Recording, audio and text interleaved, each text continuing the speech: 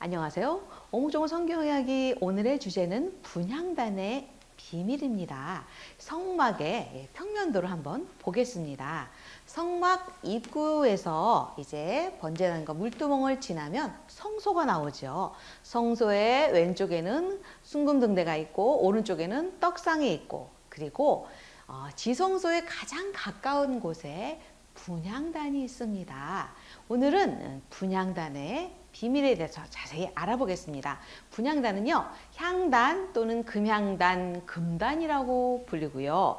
하나님께 향을 피워서 올리는 그런 제단입니다. 그런데 분향단 위에 금향로를 통해서 향을 피우는 겁니다. 그 분향단이 아니라 분향단 위에 있는 향로를 통해서 향을 피우는 건데요. 분향단을 만드는 것은 출애굽기 30장에 자세히 나와 있습니다. 너는 분향할 제단을 만들지니 곧 조각목으로 만들되, 북아프리카 아카시아 나무가 조각목이라고 말씀드렸죠. 길이가 한 규빗, 너비가 한 규빗으로 네모가 반듯하게 하고, 그러니까 가로, 세로가 약 50cm 정도 되는 그러한 그 정확하게 반듯한 그 모양, 이 그 가로 세로가 반듯하다는 건요, 이 분향단은 그 기도를 상징하거든요. 그래서 성도의 기도가 이렇게 정직하고 진실해야 된다는 것을 의미하고요. 높이는 2규빗, 그러니까 한 1m 정도 되는 그러한 모양이고, 또 이렇게 사방에 4개의 뿔이 있습니다. 제단 상면과 전후 좌우면과 뿔을 순금으로 싸고 주위에 금테를 두를지며, 순금으로 이 조각목을 다 싸는데요. 이 순금이라는 거는 그 금 같은 믿음을 상징하기도 하고, 또 하나님의 언약에 변하지 않는 그 불변성을 상징하기도 합니다.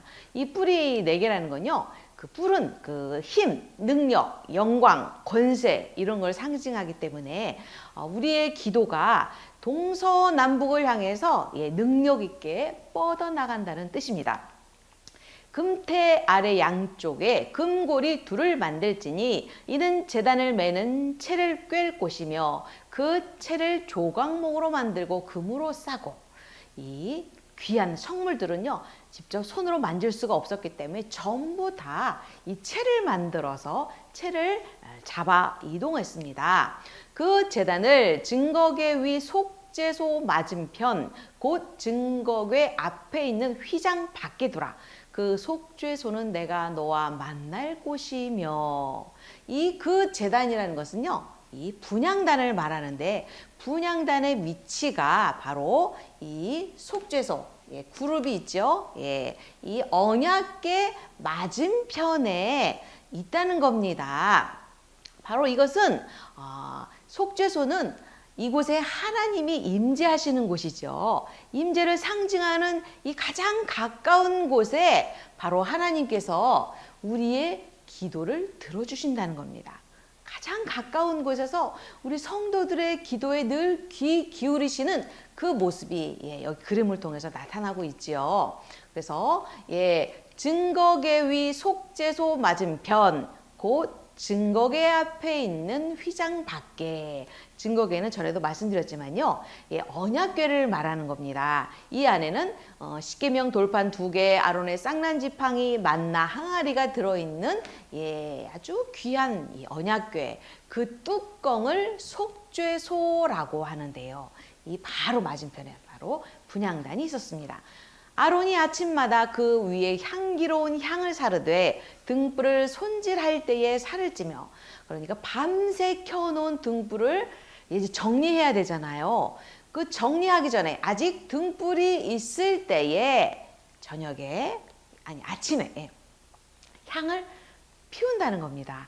향을 사르고 또 저녁 때 등불을 켤 때에 살을 찌니, 그러니까 저녁 때 순금 등대에 등불을 켜고 난 후 어두울 때 말고 등불을 켜서 환하게 한 다음에 향을 사르는 겁니다. 그래서 등불은 하나님의 말씀을 상징하고 향은 기도를 의미하기 때문에 말씀의 토대 위에서 기도를 해야 된다라는 뜻입니다. 너희는 그 위에 다른 향을 사르지 말며 번제나 소제를 드리지 말며 전제에 술을 붓지 말며 분향단에서는요 번제나 소제나 그 어떠한 제도 드릴 수가 없었습니다. 오직 향을 피우는 용도로만 사용을 하라는 겁니다. 왜 그럴까요? 네, 각기 자기의 역할이 다 있다는 겁니다. 떡상의 역할, 등대의 역할, 향단의 역할, 그 역할에 충실하라는 겁니다. 그래서 아론이 1년에 한 번씩 이 향단불을 위하여 속죄하되 속죄제의 피로 1년에 한 번씩 대대로 속죄할지니라. 이 향단의 이 뿔, 4개의 뿔이요 한 번씩 속죄하라는 겁니다. 왜 그럴까요? 그것은 바로 지극히 거룩한 이 향단불도 완전하지 못합니다. 이 부정해진 이 제사장들로 인해서 같이 부정을 입었기 때문에 1년에 한 번씩 짐승의 피로 이 향단불을 속죄하라는 겁니다. 그런데 이 제단은 여호와께 지극히 거룩하니라. 이 제단, 이 향단, 분향단은 여호와께 지극히 거룩하다. 코데시 카다심. 거룩이 2번이 들어있는 건데요. 이 지극히 거룩하다는 말은 지성소에 대해서만 쓰는 말입니다. 그런데 분향단은 지성소 안에 있는 기물이 아니거든요. 그럼에도 불구하고 지극히 거룩하다고 표현한 것은 의미심장한 것입니다. 또 히브리서 9장 3절에는요. 여기에 대해서 이렇게 자세히 설명하고 있어요.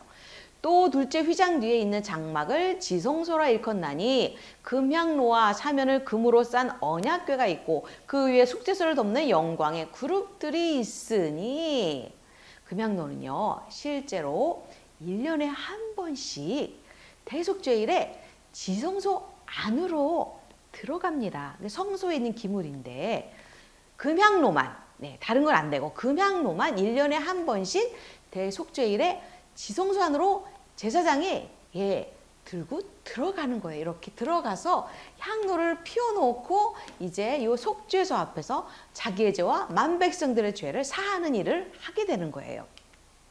그래서 금향로의 연기로 언약궤 위에 속죄소를 가려야 대제사장이 죽음을 면할 것이다 라고 레위기 16장에 자세히 설명이 되어 있어요. 그래서 금향로를 지성소에 있는 물건으로 히브리서 기자는 소개하고 있었던 겁니다.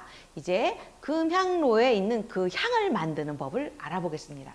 여호와께서 모세에게 이르시되 너는 소야판과 나감향과 풍자향의 향품을 가져다가 그 향품을 유황에 섞되 각기 같은 분량으로 하고 소야팡이라는 건요 몰약을 말하고요. 나감향은 조개, 그 향조개가 있는데 그 껍질을 말려서 또 풍자향은 아라비아 관목의 뿌리에서 나오는 아주 귀한 그런 향품들을 유향에다가 섞어서 그것을 향을 만들되 향 만드는 법대로 만들고 그것에 소금을 쳐서 성결하게 하고 그러니까 총 5가지가 들어가는 거예요. 소야팡, 나감향, 풍자향, 유향, 소금을 넣고 만드는데 사실 이 정확한 비법을 아무도 모릅니다. 그러나 그것은 기가 막히게 좋은 향이었음은 분명합니다.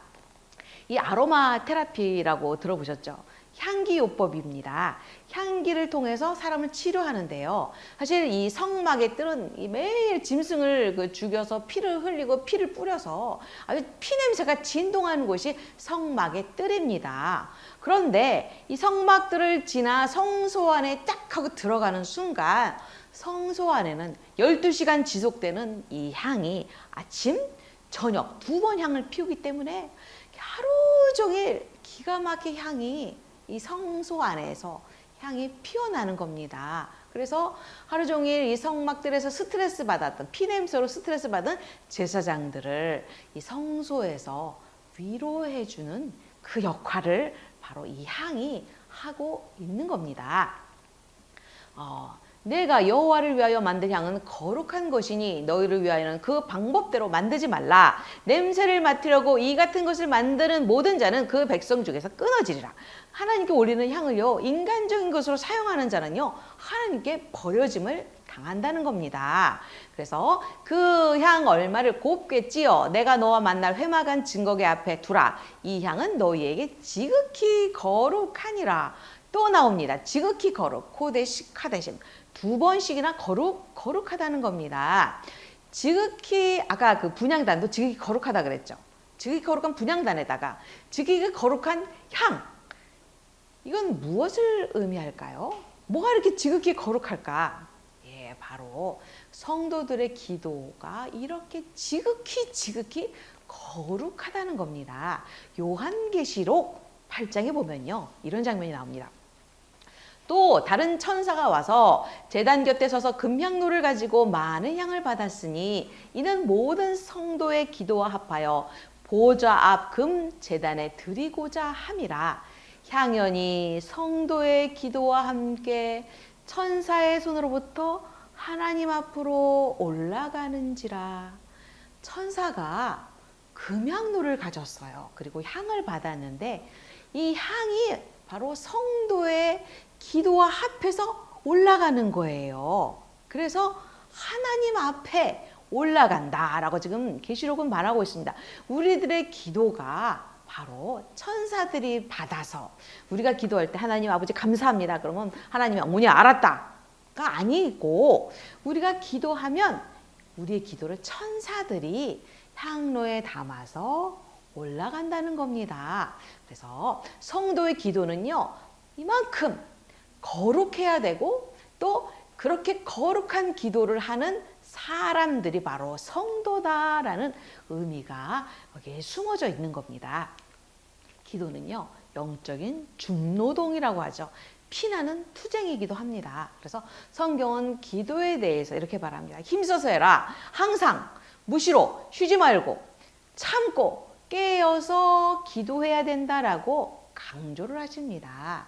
우리의 기도가 지극히 거룩해야 되고 그런 기도는 하나님께서 보배롭고 아주 귀히 여겨 주신다는 겁니다.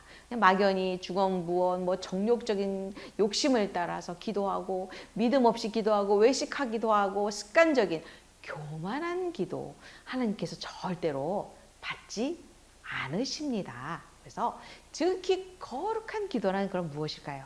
내 뜻 내려놓고 철저하게 하나님의 뜻대로 하는 기도일 겁니다. 우리 모두 분향단의 그 향기와 같이 향을 바라는 우리 성도님들 되시기를 예수님의 이름으로 축복합니다.